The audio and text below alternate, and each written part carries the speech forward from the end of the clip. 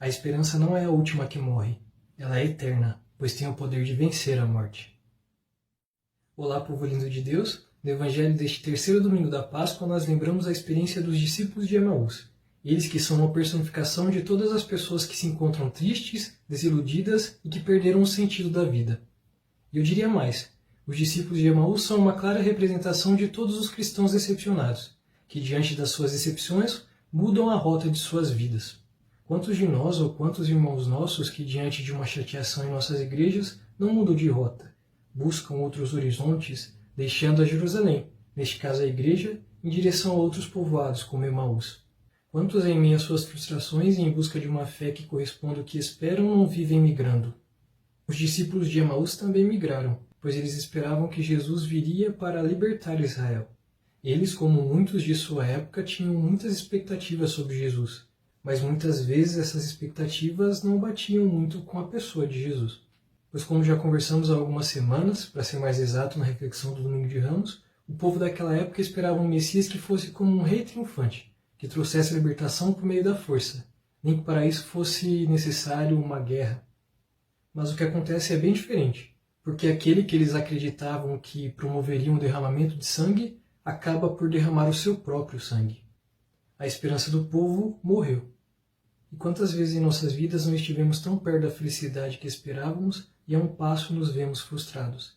Aqui nós que tanto esperamos, deixamos de esperar, perdemos a esperança. A raiz indo-europeia da palavra esperança é espé, que significa expandir, aumentar, ter êxito e levar qualquer projeto adiante, seja ele de ordem física ou psíquica. Daí deriva o latim sperare, que diz respeito ao sentimento que faz com que o ser humano lance o seu olhar para o horizonte, para o futuro, na fé de que mais à frente se vislumbram melhores condições do que aquelas que são oferecidas no tempo presente. Desta forma, aquele que é munido por sentimentos de esperança e coloca nela sua confiança, encontra forças para vencer o cansaço das lutas e sofrimentos diários, na certeza de que eles serão passageiros. Pois, como diz o apóstolo Paulo, a esperança não decepciona. A esperança é também uma das 3 virtudes teologais: fé, esperança e caridade. Forças autênticas concebidas a nós por Deus que nos apontam o caminho para Ele.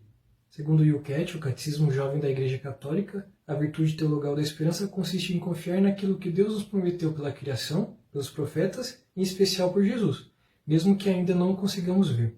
E aqui eu gostaria de voltar o foco para os nossos irmãozinhos que se dirigiam a Emaús, pois uma vez que eles perderam a esperança, não conseguiam ver Jesus, pois como diz o Evangelho, eles estavam tristes como que cegos.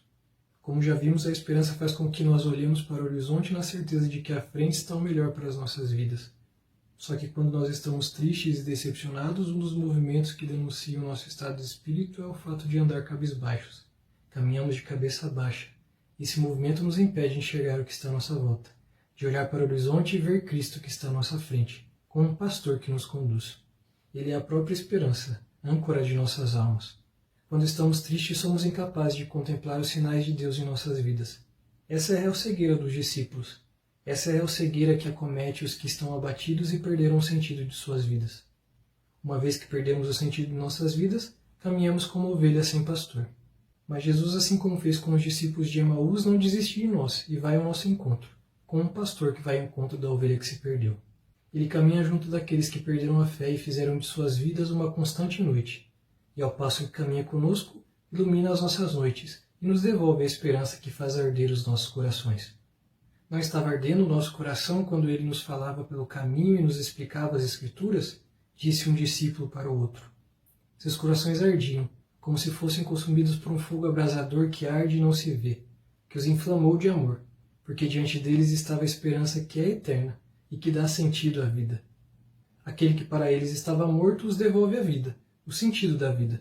Por isso eles voltam para Jerusalém, pois é lá, na missão dada a eles, que encontrarão o sentido de tudo.